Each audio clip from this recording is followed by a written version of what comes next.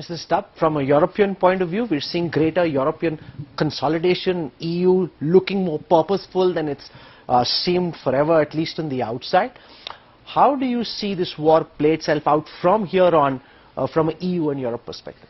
Yeah, certainly in the beginning there was an unprecedented unity between the European states, and in many ways the exact opposite happened to what Putin had wanted. You know, Ukraine became European, Europe became united, NATO found its new purpose, transatlantic partnership 2.0, and the icing on the cake, of course, Finnish and Swedish NATO membership. But I've been speaking with Ukrainian MPs today, and I'm warning of this sentiment of war fatigue. We're into day 90 of the war now, and the problem here is that our political leaders are not communicating the price of war.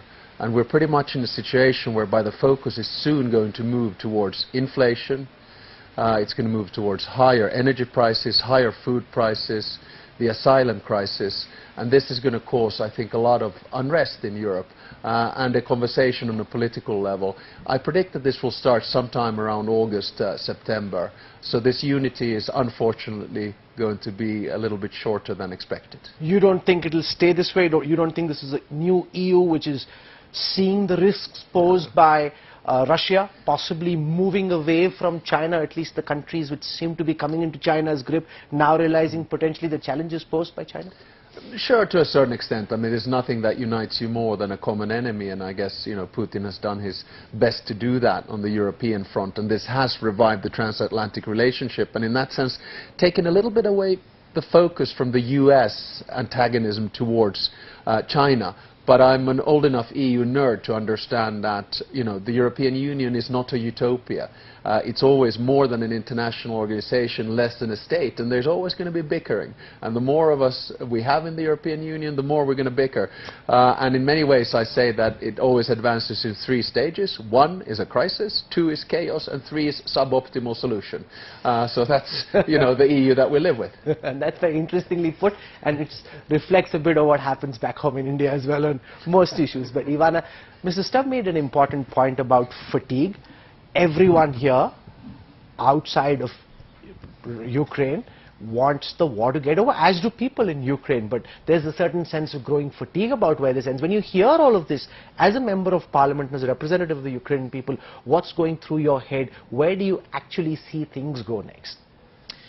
Well, for sure, we Ukrainians do not have the right to be fatigued or tired, sure, because it's not only existential for Europe or for the free world, as far as I believe.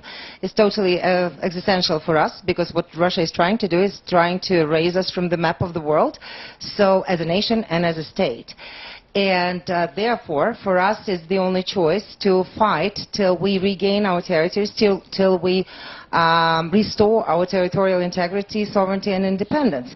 And there we definitely need this backing from the free nations, which, you know, I would be more optimistic in terms of hoping that there will be finally an understanding in the EU and transatlantic-wise that values are important, specifically when they are defended, and they should not be taken for granted, as several generations of Europeans and Americans have been already thinking of One values. of the themes that we pick up here in Davos is that we're talking so much about war, whereas we should also be talking about peace and what can potentially lead to that peace, and that there isn't enough of a conversation at this moment about how Putin can possibly get off the ramp and how we can find a way of establishing peace. Well, first and foremost, there is no way for any face-saving exercise for Putin, because Putin doesn't have a face. That's one thing. Secondly, what's important to understand that this war, in order to ensure that there is security after this war is finished, needs to be ended in victory of Ukraine and the free world. And so if that is well understood, that means that we will restore the security in the world, the rule-based order, which is definitely vanishing at this particular moment because of Russian actions, and that we will be able to actually think of the future not only exclusively of Ukrainian peaceful future, but actually much wider, not only region-wise, but also world-wise.